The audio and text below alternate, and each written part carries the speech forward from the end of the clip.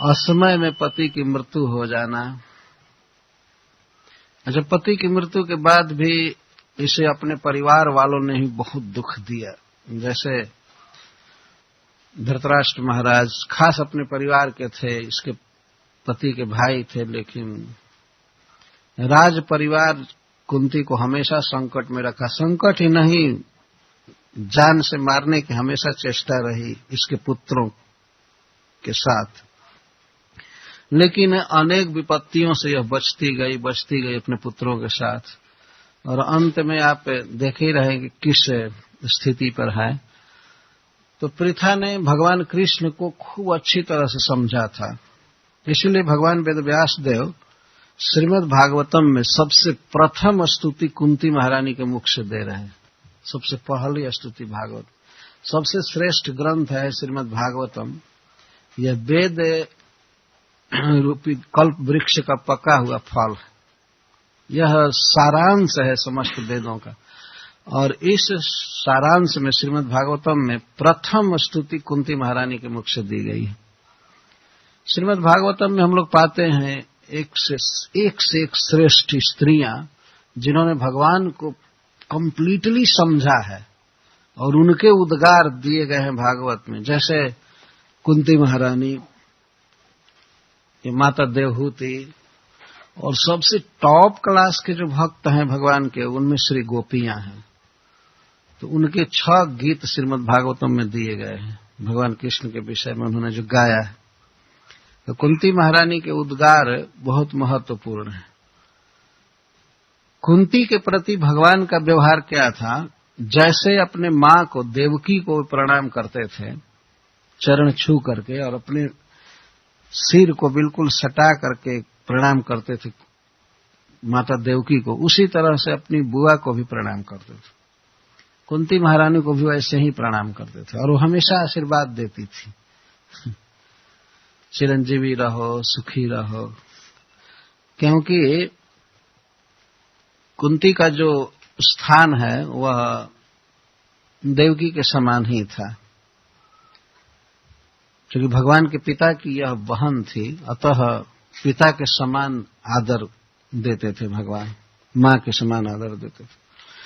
तो सब समय जब भी मिलते थे प्रणाम करते थे, आशीर्वाद देती थी। लेकिन इस महाभारत युद्ध में जब बारंबार भगवान ने पांडवों की रक्षा की, ब्रह्मास्त्र से, नारायणास्त्र से, अनेक दिव्य अस्त्रों से इनके पुत्रों को बचाया, तो कुंती का ये भाव हो गया कि ये तो ईश्वर हैं, भगवान हैं, मैं जो इनसे प्रणाम करवा रही थी मैं बहुत गलती कर रही थी।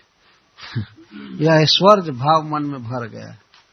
भगवान के 2 प्रकार के परिकर हैं, एसोसिएट्स हैं, एक तो द्वारका के परिकर और दूसरे ब्रज के परिकर।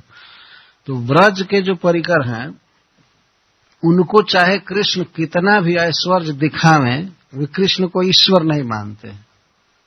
इतना अधिक माधुर्य भाव रहता है, प्रियत्व का भाव रहता है।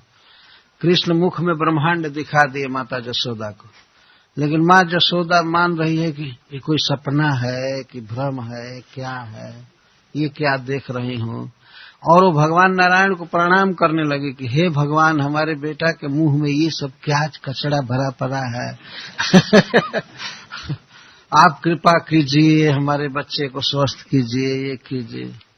कभी मां जसोदा को ये भाव नहीं हुआ कि यह परमात्मा है, परमेश्वर है। सखागण भगवान के साथ खेलते हैं, कंधे पर चढ़ते हैं, खेल में जीत जाते हैं, कभी कृष्ण को नहीं समझते हैं कि यह भगवान है। और यही वास्तव में बहुत उन्नत भाव है।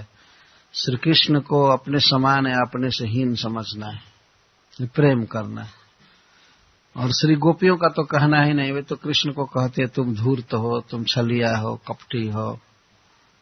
और भगवान इन शब्दों को बहुत ध्यान से सुनते हैं।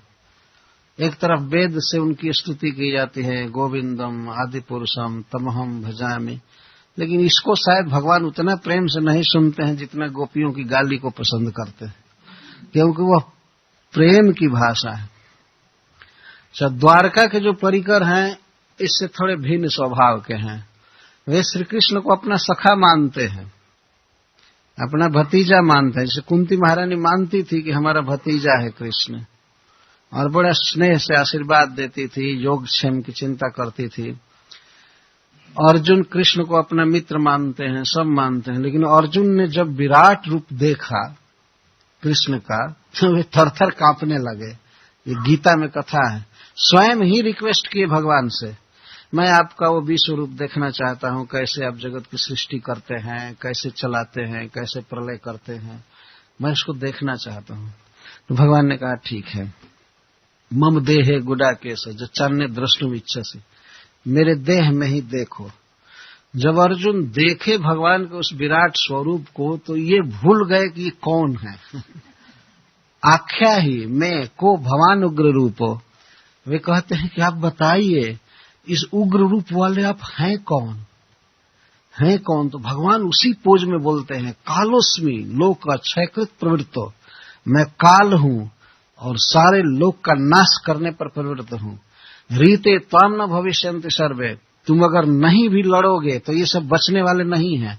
तुमने देखा ना मेरे दांतों के भीतर पीसे जा रहे हैं, इसलिए धनुष बाण उठाओ और जश ले लो। तुम्हारे बिना भी अब कोई बचने वाला नहीं है, मैं सबको मार रहा हूं, मार दूंगा। ये देखे तो थरथर कांपने लगे, फिर लगे प्रणाम करने भगवान को। कहते हैं मैं आपको सामने से प्रणाम कर रहा हूं, बगल से प्रणाम कर रहा हूं, पीछे से प्रणाम कर रहा हूं, आप मुझे क्षमा कीजिए, आप तो ब्रह्मा के भी पिता हैं, ऐसे हैं वैसे हैं, पिता से लोकस्य चराचरस्य, अरे आप तो चर और अचर सबके पिता हैं, सबके जन्मदाता हैं। और इसके बाद जो प्रेम का व्यवहार किए थे, भगवान से रथ हकवाए थे, सारथ्य करवाए थे और बीच बीच में बहस किए थे, उसको ये अपनी गलती समझने लगे। कहते हैं भोजन के समय, सोते समय, चलते समय, खड़े रहते समय मैंने जो भी आपका अपमान कर दिया, आपको अपना मित्र कह दिया, आपका नाम लेकर के पुकारता था, हे कृष्ण, हे जादव, हे सखेती, हे कृष्ण, हे जादव, हे सखा, सब कहता था, इसके लिए मैं माफी चाहता हूं। मुझे माफ कर दीजिए, मैं बहुत बड़ी गलती किया हूं, मैं नहीं जानता था कि आप इतने महान हैं। ये द्वारका के परिकरों का भाव है। भगवान के ऐश्वर्य को जब देखते हैं तो उनका माधुर्य भाव संकुचित हो जाता है। कुंती महारानी भी द्वारका के परिकर के अंतर्गत। अतः कुंती ने जब भगवान का ऐश्वर्य देखा और अंतिम बार जब देखा कि ब्रह्मास्त्र को विफल कर दिए बैठे बैठे रथ पर, और यह भी वो समझ गए कि उत्तरा के गर्भ में भी प्रवेश किए, तब भगवान के ऐश्वर्य का इतना बड़ा असर हुआ कुंती महारानी पर, इतना बड़ा असर हुआ कि वे प्रणाम करने लगी कृष्ण को। जो हमेशा आशीर्वाद देती थी अब प्रणाम करने लगी। एक आश्चर्य की बात है। सबसे पहले कहती है नमस्ते, मैं आपको प्रणाम करती हूं। तो भगवान तो बिल्कुल हक्का बक्का हो गए, ननु कनिष्ठम मम कथम नमस्करोसी, कि बुआ जी मैं तो आपका भतीजा हूं, मैं आपसे आयु में और संबंध में बहुत छोटा हूं, आप मुझको क्यों प्रणाम कर रही हैं? है ना, जो बच्चा हमेशा प्रणाम किया हो, जो लड़का हमेशा प्रणाम किया हो और उसी को माँ एक दिन प्रणाम करने लगे तो उल्टा लगेगा, विपरीत लगेगा। तो भगवान तो अपने को फीका मानने लगे। कहाँ द्वारका जाते समय बुआ के द्वारा उनको आशीर्वाद मिलना चाहिए था, वहीं पर बुआ ही उनको प्रणाम करने लगी। नमस्ते, भगवान कहते हैं बुआ जी मैं छोटा हूं, मुझको क्यों प्रणाम कर रही हैं? तब वे कहते हैं नहीं नहीं, पुरुषम आद्यम, आप ही आद्य पुरुष, आदि पुरुष, आप किसी के भतीजा नहीं हैं, आप इसी समय के जन्मे हुए नहीं हैं, आप वह पुरातन पुरुष हैं जिन्होंने ब्रह्मा को जन्म दिया, शिव को जन्म दिया, सबको, सारे जगत को जन्म दिया है, उसको आदि पुरुष कहते हैं। कुंती महारानी कहती हैं आप आदि पुरुष हैं, आप न तो वसुदेव जी के पुत्र हैं न मेरे भतीजा हैं, सारे जगत के जन्मदाता आप हैं। देख लिया था कुंती ने, और वास्तव में भगवान श्री कृष्ण का यही परिचय, वे आदि पुरुष। पुरुष का अर्थ होता है जन्मदाता और स्वामी, मालिक, संस्कृत में भोक्ता पुरुष को कहते। जब कोई भी व्यक्ति विचार करे कि संसार में हम लोग कैसे उत्पन्न हुए, मान लीजिए हम अपने पर प्रश्न करें तो इसका उत्तर आएगा कि हमारे पिताश्री ने हमको जन्म दिया। तो हमारे पिताश्री को किसने जन्म दिया? पितामह श्री ने। फिर पितामह श्री को किसने जन्म दिया? तो प्रपितामह। इस तरह से जाएगा। अगर जन्म देने वालों की परंपरा को पीछे ढकेलते जाएंगे तो अंत में कोई न कोई व्यक्ति बचेगा जिसको किसी ने जन्म नहीं दिया, वही सबको जन्म दिया है ना। ये तो कोई आधार चाहिए, प्रमाण चाहिए। कभी कभी लोग बहस करते हैं कि पहले वृक्ष हुआ कि बीज हुआ। यदि आप कहिए कि वृक्ष हुआ तो कहेंगे कि बिना बीज के वृक्ष कैसे हुआ? अच्छा, और ये पहले कह दीजिए कि बीज पहले हुआ तो कहते हैं तो बिना वृक्ष के बीज कहां से आया? ये बहस करते रहते हैं इस तरह से। लेकिन किसी भी बात को बहुत तात्विक दृष्टि से स्वीकार करना चाहिए। वास्तविक बात यह है कि बीज पहले हुआ, लेकिन प्रश्न होगा कि बीज कहां से आया? भगवान गीता में कहते हैं बीजम माम सर्वभूतानां विद्धि पार्थ सनातनम। सबका बीज मुझसे आया, मुझसे सब कुछ उत्पन्न हुआ है। क्लियर उत्तर है। कोई न माने तो क्या कहा जाए? जैसे गीता में भगवान कहते हैं कि सर्व जोनिषु कौन्तेय मूर्तयः संभवन्ति तासां ब्रह्म महत् जोनिरहं बीज प्रदोपिता। जितनी भी जोनियां हैं, जितने भी जीव हैं, सबका बीज प्रद पिता मैं हूं। सबके पिता है वास्तव में। कोई भगवान कृष्ण को माने या न माने, लेकिन कृष्ण सबके बाप हैं, सबके। चाहे कोई धर्म मान रहा है, कोई भी उसका कंसेप्शन हो, कोई भी बिलीफ हो, विश्वास हो, लेकिन सबके पिता श्री कृष्ण हैं, इसमें संदेह नहीं है। हम लोग पढ़ते हैं और सुनते भी हैं। ईसा मसीह क्राइस्ट इस संसार में आए तो उन्होंने डिक्लेयर किया कि मैं ईश्वर का पुत्र हूं। यही कहा ना, वो कहते हैं मैं ईश्वर का पुत्र हूं। और आज भी क्रिश्चियन जगत कहता है कि वे भगवान के सही पुत्र हैं, भगवान के पुत्र हैं। तो भगवान कौन है? यह तो प्रश्न रह ही गया वास्तव में कि वे भगवान के पुत्र हैं या हम सारी दुनिया के लोग भगवान के पुत्र हैं। तो भगवान कौन है? भगवान है श्री कृष्ण। इसमें कोई संदेह नहीं है, प्रमाण है इसका। तो कुंती महारानी जैसा भाग्यशाली व्यक्ति इस बात को समझ पाता है कि वास्तव में कृष्ण आदि पुरुष है, उनसे सारी सृष्टि हुई है। इस संसार में ध्यान से इस बात को समझना चाहिए। भारतवर्ष में कुछ ऐसे लोग हैं जो बहुत अज्ञान में रहते हैं और वे कहते हैं कि आदि शक्ति से सब कुछ हुआ है। नहीं, आदि शक्ति से कुछ भी उत्पन्न नहीं हो सकता है। आदि पुरुष से सब कुछ उत्पन्न हुआ है। आज भी देखिए, कहीं भी जो बच्चा होता है वो पुरुष के कारण होता है, स्त्री के कारण नहीं होता। स्त्री उसमें कारण है, एक कारण है, सेकेंडरी कारण है, लेकिन प्रथम कारण है पुरुष। और हम लोग विश्व इतिहास में वैदिक ग्रंथों में पढ़ते हैं कि कई ऐसे पुरुष हुए जिन्होंने बिना स्त्री की सहायता के बहुत बच्चा पैदा किया, जैसे स्वयं भगवान नारायण। उनके पास लक्ष्मी जी रहती हैं, लेकिन लक्ष्मी जी नित्य किशोरी हैं। उनके गर्भ से आज तक कोई संतान नहीं हुआ, नित्य किशोरी है।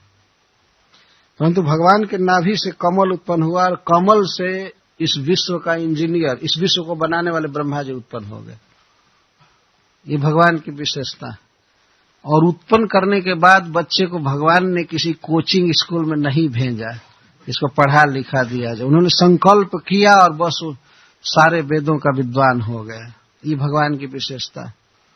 अच्छा, ब्रह्मा जी भी बिना स्त्री के कई पुत्र उत्पन्न किए, अपने हाथ से उत्पन्न किए। गोद से नारद जी को उत्पन्न किए, किसी को पैर से, किसी को मन से। मन से उन्होंने 4 कुमारों को जन्म दिया। ये विशेषता है। पुरुष जो है वो बिना स्त्री के बच्चा उत्पन्न कर सकता है, लेकिन स्त्री बिना पुरुष के सहायता के एक भी संतान उत्पन्न नहीं कर सकती, हो ही नहीं सकता है, क्योंकि शक्ति जो है सदा शक्तिमान के अधीन है। तो जो लोग आदि शक्ति करके रटते रहते हैं वे भ्रम में है। वास्तव में ये सृष्टि आदि पुरुष से हुई है, भगवान से हुई है, और वो है श्री कृष्ण। तो श्री कृष्ण ने इस विश्व को उत्पन्न किया है, तो बाद में पिता पितामह जो भी होते जाते हैं तो सब उनसे सेकेंडरी हुए ना, सबके जन्मदाता भगवान हैं। कुंती महारानी इस बात को समझ रही हैं, इसीलिए कहती हैं कि आप मेरे भतीजा ही नहीं हैं, वास्तव में आप आदि पुरुष हैं। कैसे आदि पुरुष हैं? क्योंकि प्रकृति है परम, आप प्रकृति से परे हैं, इस माया शक्ति से परे हैं, हम सब माया के अधीन हैं। कैसे भगवान प्रकृति से परे हैं? क्योंकि ईश्वरम प्रकृति रपि नियंतारम, प्रकृति के भी नियंता भगवान है। इस माया के वश में, प्रकृति के वश में सारे जीव हैं और प्रकृति भगवान के वश में है। वास्तव में ये बहुत फिलोसफिकल टॉपिक है, बहुत व्याख्या की इसमें जरूरत पड़ती है, लेकिन मैं उतनी व्याख्या करूंगा तो कथा भाग बहुत पीछे रह जाएगा, इसलिए मैं संक्षेप में व्याख्या कर रहा हूं। किस प्रकार से सारे जीव माया के अधीन हैं इसका अनुभव किया जा सकता है, लेकिन यह प्रकृति संपूर्ण भगवान के अधीन है। आजकल के मनुष्य प्रकृति तक तो स्वीकार करते हैं। जैसे कहा जाए कि ये विश्व को कौन बनाया, कौन संचालन कर रहा है, तो सीधा कह दो नेचर, नेचर कर रहा है, नेचर। लेकिन नेचर शब्द बता किसका नेचर किसकी प्रकृति, किसका स्वभाव? ईश्वर का स्वभाव, ईश्वर का नेचर है, सदा सबॉर्डिनेट है। मयाध्यक्षेण प्रकृति सूयते सचराचरम हेतु नाने न कौनते जगत भी परिवर्तते। भगवान कहते हैं, हे कौनते, हे कुंती नंदन, ये सारी प्रकृति मेरी अध्यक्षता में काम कर रही है। मैं जब दृष्टिपात करता हूं तब इसमें सृष्टि करने की शक्ति आती है और चलाने की, और कोई दूसरा कारण नहीं है, मेरे अधीन है प्रकृति। परंतु खेद की बात है कि लोग प्रकृति को तो जानते हैं, पर प्रकृति के संचालक भगवान कृष्ण को नहीं जानते। यह बड़े दुख की बात। श्रील प्रभुपाद जी एक कैसेट में बोले हैं कथा में, कोई सत्य घटना है अमेरिका की, कि एक दंपति थे, स्त्री पुरुष, तो उनको एक बच्चा हुआ। तो हम लोग जानते हैं इधर भी काम पर कुछ लोग 2-2 4-4 घंटा जाते हैं और आते आते रात हो जाती है, बहुत दूर दूर काम करने जाना पड़ता है। तो पिता उस बच्चे का काम करने जाता था, तो सवेरे बिल्कुल निकल जाता था, बच्चा सोया रहता था। जब बच्चा सोया रहता था तो वो काम पर निकल जाता था, और जब उधर से आता था तब तक बच्चा सो जाता था। तो उसने कभी अपने पिता को देखा नहीं, यद्यपि रोज गोद में ही सोता था, साथ में रहता था, लेकिन जब पिता निकलता था तब भी सोया रहता था और पिता आता था तब भी सोया रहता था। वो बच्चा 6 बरस का हो गया, इस तरह से बढ़ते बढ़ते उसने पिता को कभी देखा नहीं। एक दिन अकस्मात हॉलीडे रहा होगा, छुट्टी रहा होगा, उसका पिता सोया था दिन में, तो पूछता है, mother who is this man?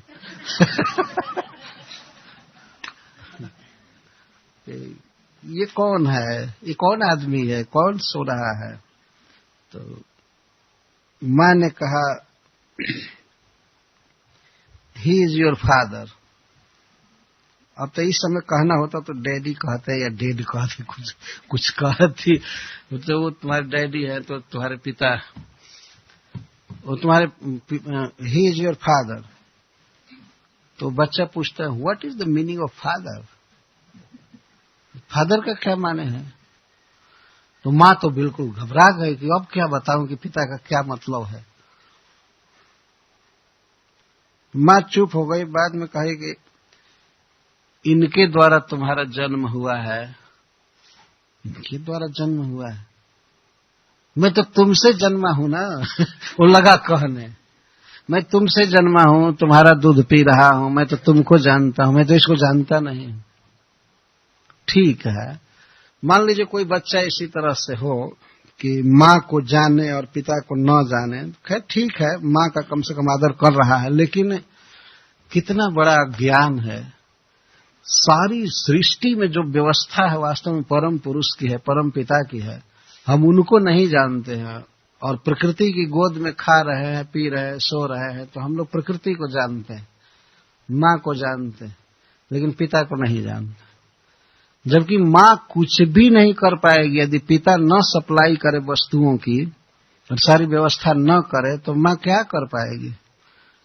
इधर की माँ तो खैर स्वयं जॉब करती है, काम करती है तो भारत की माँ इसको समझ सकती है अच्छी तरह से कि बिना पति के आश्रय के वो कुछ करती नहीं। बच्चे को जो भोजन मिलता है उसके पिता का दिया हुआ है, जो उसको पैसा मिलता है या कपड़ा मिलता है, जो कुछ भी वो पिता देता है उसको माँ सजा करके, सिला करके या जैसे कुकिंग करके खिलाती है, देती है, वो बात दूसरी है, लेकिन सब कुछ पिता का दिया हुआ है। तो इसी प्रकार इस जगत में जो कुछ भी है वास्तव में श्री कृष्ण का दिया हुआ है। प्रकृति तो एक नाम मात्र है, पर सारा श्रेय लोग प्रकृति को देते हैं। कुंती महारानी जैसा विद्वान व्यक्ति इस बात को स्वीकार नहीं कर सकते। जानते हैं कि आप आदि पुरुष हैं या प्रकृति के भी नियंता हैं, और इस कारण से अंतस्थ सर्वभूतानां, आप सभी जीवों के बहिरंत, बाहर भी हैं और भीतर भी हैं। कुंती महारानी इस बात को समझ गई कि ये उत्तरा के गर्भ में भी गए थे और रथ पर भी बैठे हैं। यह भगवान का अद्भुत ऐश्वर्य। ये तो दो की बात तो बहुत दूर है, वो तो अनंत अनंत शरीरों में एक साथ रहते हैं कृष्ण। इसका उदाहरण भीष्म पितामह ने दिया है, जैसे इस पृथ्वी पर कोटि कोटि घड़ा रख दिया जाए। घड़ा मिट्टी का पात्र होता है और उसको जल से भर दिया जाए, और जितने सरोवर हैं, घड़ा हैं, सबको जल से भर दिया जाए, और सूरज उगता है तो सब में सूरज का प्रतिबिंब दिखाई देता है, सब जगह। तो इसी तरह से भगवान सबके हृदय में अवस्थित है। एक ही भगवान श्री कृष्ण, ईश्वर सर्वभूतानां हृदय से अर्जुन तिष्ठति, सर्वस्य चाहम हृदय सन्निविष्ट। वे सबके हृदय में हैं। भगवान बारंबार इस बात को कहते हैं कि मैं सबके हृदय में हूं, और इसके साथ वे बाहर भी हैं। हृदय में तो है ही, बाहर भी हैं, मंदिर में है, श्री विग्रह के रूप में है, और प्रकट भी कई रूप में भगवान हैं। और वहां तो प्रकट थे, रथ पर बैठे हुए थे। तो कुंती महारानी कहती हैं आप समस्त जीवों के भीतर भी अवस्थित है, बाहर भी है, तथापि अलक्ष्यम, फिर भी मूर्ख लोग आपको नहीं समझ पाते, फिर भी लोग नहीं समझ पाते। जब इतना प्रकट सत्य है आप, तथापि आपको लोग नहीं पहचान पाते। बहुत दुख की बात है। लेकिन कृष्ण, मैं आपको जान गई कि आप परमेश्वर हैं। आप हमारे भतीजे का अभिनय कर रहे थे, मैं जान गई कि आप परम पुरुष हैं, इसलिए मैं आपको प्रणाम कर रही। अब भगवान सुनने लगे, और जब बुआ जी ने इतना हठ किया और बोलने लगी तो वो क्या कहें। माया जवनिका छन्नम, क्यों अंतर्हित रहते हैं भगवान? क्योंकि अपनी योग माया से आच्छन्न रहते हैं। आप अपनी योग माया से आच्छन्न रहते हैं। भगवान ऐसी ऐसी लीलाएं करते हैं कि कोई अज्ञ व्यक्ति नहीं समझ सकता है कि ये भगवान है। जैसे कंस के भय से जन्म लेकर के भागना है। कभी कभी लोग सोचते हैं, कोई लोग, कि अगर भगवान है तो जेल में जन्म लेकर भाग क्यों गए। परंतु ये मूर्ख ये विचार नहीं करते हैं कि आखिर वसुदेव जी की हथकड़ी बेड़ी कैसे खुल गई, जेल के द्वार कैसे खुल गए, ताले कैसे टूट गए, पहरेदार कैसे मरे जैसे सो गए, जमुना कैसे मार्ग दे दी। ये सब भी तो विचारणीय बात है ना, ये विचारने लायक बात है। वसुदेव जी जब ही कृष्ण को गोद में रखे, तेम ही उनकी हथकड़ी खुल गई, पांवों की बेड़ी खुल गई, और लेकर के चले तो बिना खोले और बिना आवाज के द्वार खुल जाते थे। आगे जब निकले तो पहरेदार ऐसे सो गए थे, लगता था कि अब लास्ट इनका जीवन है, मरे जैसे सो गए थे। योग माया ने सुला दिया था। तो भगवान की यह लीला थी, न कि भय बस वो भागे थे। फिर काल जवन के भय से भागे, जरासंध के भय से भागे, नाम भी रणछोड़ हो गया। लेकिन फिर भी जितने भी महान पुरुष हैं वे रणछोड़ जी की पूजा करते हैं। ऐसा तो नहीं कहते हैं युद्ध से भागा हुआ व्यक्ति है, उल्टे और पूजा होती है। गुजरात में तो बहुत अधिक मान्यता है रणछोड़ जी की। अच्छा, इसके साथ साथ भगवान और लीलाएं की, जैसे उन्होंने 16,108 स्त्रियों से विवाह किया। तो आजकल के कामी दूषित हृदय वाले लोग कहते हैं ये कैसा भगवान है जो आकर के इतनी स्त्री संग्रह कर रहा है यहाँ पर। क्या भगवान को कोई स्त्री वैकुंठ में नहीं मिलती है? यहाँ आकर इधर से संग्रह उधर से संग्रह, रे 2-4 रखती, 16,000 क्यों रख?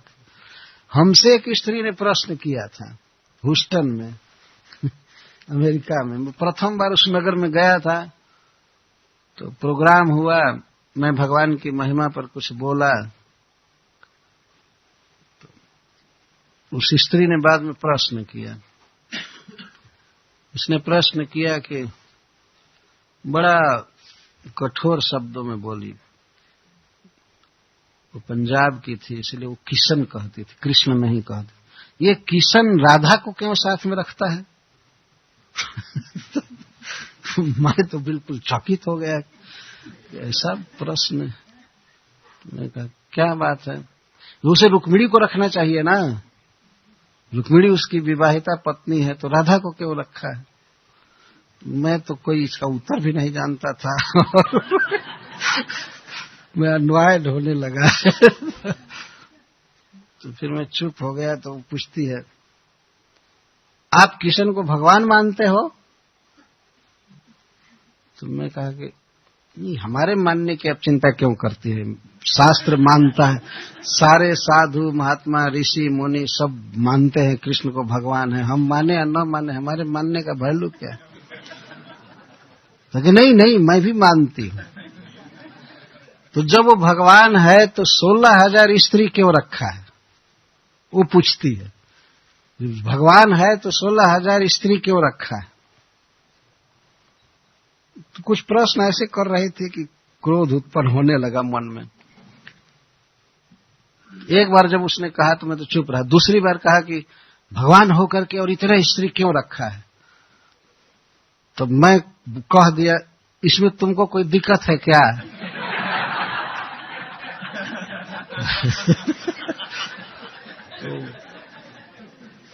तब तक उसका पति भी आ गया, वो भी वैसा ही था, दोनों आर्य समाजी थे।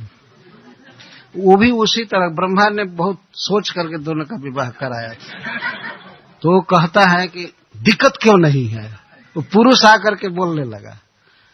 मैं कहा कि कोई दिक्कत है क्या तुमको? तो पुरुष आकर के कहने लगा दिक्कत क्यों नहीं है? तो मैं कहा क्या दिक्कत है? तो है दिक्कत। इस पर मुझे बहुत क्रोध है। मैं कहा क्या दिक्कत है? तुम्हारी बहन को तुम्हारी बेटी को 16,000 में से लिए थे क्या कृष्ण? कोई दिक्कत है? ये कंप्लेन ला रहे हो मेरे पास?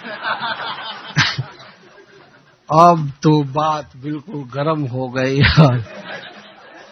तो वो लोग लगे कहने सन्यासी होकर के आपको ऐसा नहीं बोलना चाहिए, नहीं बोलना चाहिए। और मैं कहा ये लोग फ्री है कृष्ण को गाली देने के लिए ना, मैं ऐसा नहीं बोल सकता हूं, लेकिन आप लोग फ्री है कृष्ण को कुछ भी कह लीजिए।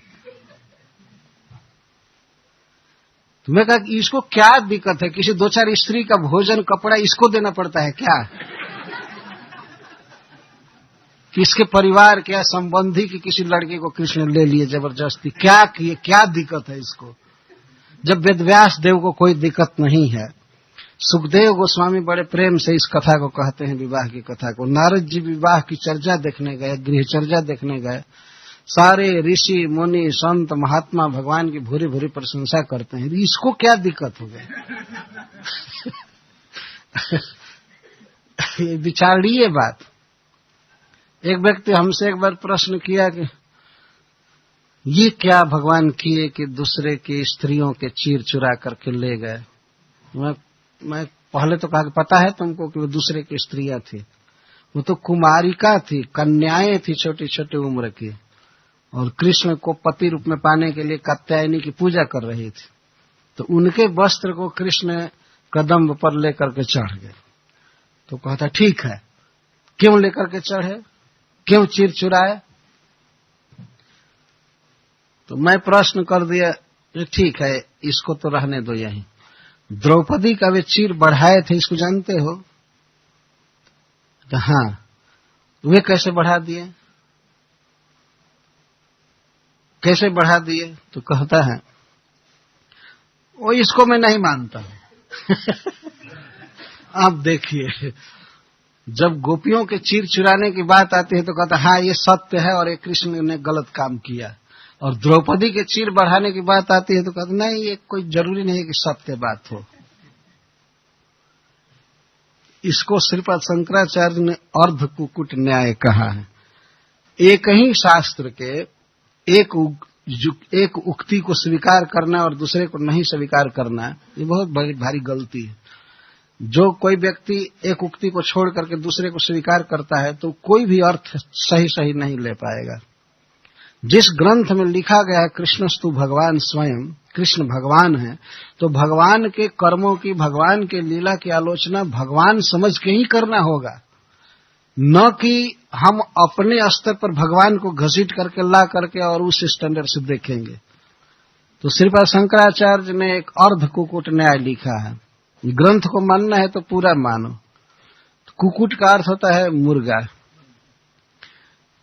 तो एक व्यक्ति के पास एक मुर्गी थी, तो मुर्गी अंडा देती थी, उस अंडा को कभी कभी खाता था, बेचता था। लेकिन उसके मन में एक बार बड़ा ऐसा विचार आया कि मुर्गी का जो अगला हिस्सा है, मुख का साइड है, ये बड़ा एक्सपेंसिव है, पीछे वाला भाग बड़ा उपादेय है जिससे अंडा निकलता है। तो ऐसा करे कि अगला भाग काट कर फेंक दे। ये खर्च कौन करेगा, इधर दाना खिलाना एक करना ठीक नहीं है। अगला भाग काट देंगे तो दाना खिलाना नहीं पड़ेगा, केवल पिछले भाग से अंडा आता रहेगा। वह मूर्ख चाकू लेकर के और मुर्गी का अगला भाग काट कर फेंक दिया, तो वह अंडा आना भी बंद हो गया। तो इस तरह से शास्त्र के एक उक्ति को जो लोग स्वीकार करते हैं और दूसरे को नहीं, वे कभी शास्त्र के अर्थ को नहीं समझ पाएंगे। भगवान कृष्ण को भगवान मान करके ही चलना पड़ेगा। मानवीय धारणापन को नहीं घसीटा जा सकता है। यहां तक कि देवताओं के लिए जो रूल और नियम है वो मनुष्यों के लिए नहीं है, मनुष्य उसको पालन कर ही नहीं पाएगा। जैसे हम कभी कभी उदाहरण देते हैं, मान लीजिए कोई वायुयान जा रहा है, प्लेन जा रहा है, और नीचे कार में बैठा हुआ कोई दूसरा व्यक्ति जा रहा है रोड पर। तो रोड पर जाने वाला व्यक्ति ट्रैफिक के नियमों का पालन करेगा। यदि लाल सिग्नल होगा तो रुक जाएगा, है ना। वो रुक जाएगा, जहां रुकना है रुकेगा, बाएं दाएं करना है करेगा। लेकिन वह कार चलाने वाला मान लीजिए देखे ऊपर पायलट को और वो कहे ये प्लेन चलाने वाला पागल हो गया, ये लाल देख करके भी नहीं रुक रहा है। एकदम ये तो बेवकूफ व्यक्ति। अरे कितनी लाल बत्तियां रोड पर रहेंगी, लेकिन क्या वायुयान वाला इसका पालन करेगा? उसकी स्थिति दूसरी है, उसका अधिकार दूसरा है। हमें जहाज चलाने वाले, प्लेन चलाने वाले को हम रोड के नियमों के पालन करने के लिए बाध्य नहीं कर सकते। ये तो सामान्य मनुष्य में अंतर हो जाता है, फिर भगवान में और मनुष्य में तो कोटि कोटि गुना अंतर है। जब भगवान की लीलाओं का विचार करना होता है तो प्रमाण देख करके चलना पड़ता है कि पहले के ऋषियों ने भगवान के विषय में क्या कहा है। तो जरा पता लगाइए श्रीपाद शंकराचार्य ने क्या कहा है कृष्ण के विषय में, निम्बार्काचार्य ने और श्रीपाद वल्लभाचार्य ने क्या कहा, चैतन्य महाप्रभु ने, प्रभुपाद ने, रूप गोस्वामी ने, ये जितने भी ऋषि मुनि हैं